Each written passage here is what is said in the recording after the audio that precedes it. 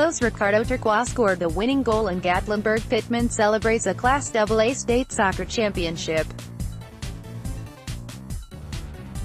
Phil Kaplan, USA Today Network, TennesseeMURFREESBORO. It was a normal day at Gatlinburg-Pittman High School on November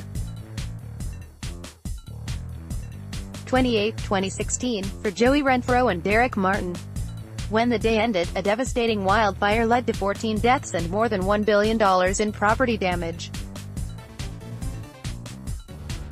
The Renfro and Martin families lost their homes. 18 months later, as GP students went through graduation exercises Thursday in Gatlinburg, a smaller ceremony took place at Topgolf in Nashville as Renfro and Martin wore their cap and gown.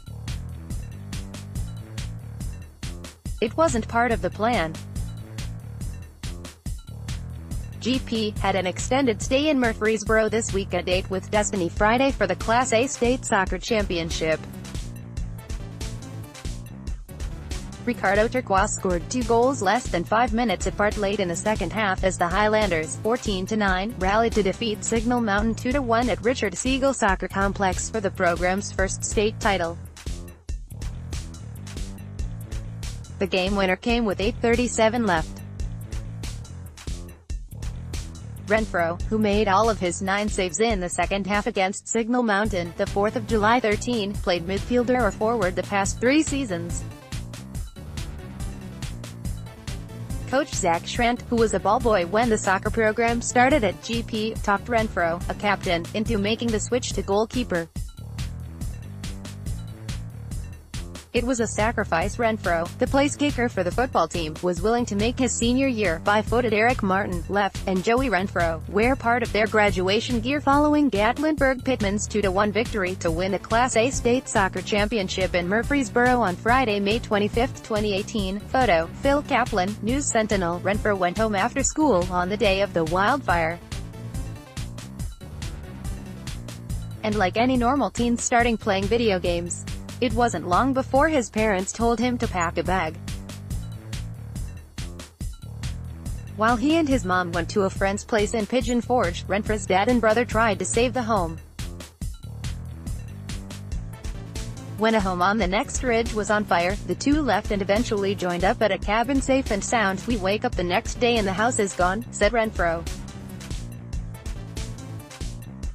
"It's kind of surreal." The family rebuilt on the same spot where their home was destroyed.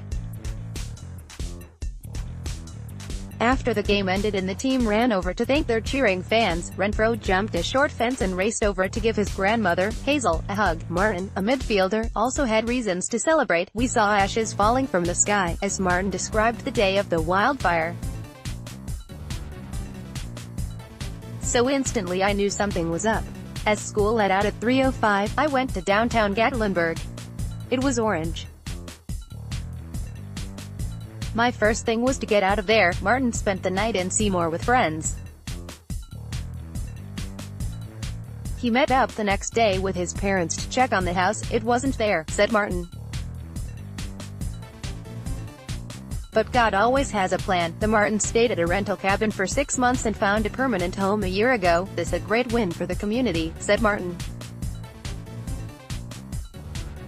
"It shows we have pride and gave great effort today." Gary and Virginia Martin were in the stands Friday. "They congratulated me and gave me the biggest hugs and kisses ever," said Martin.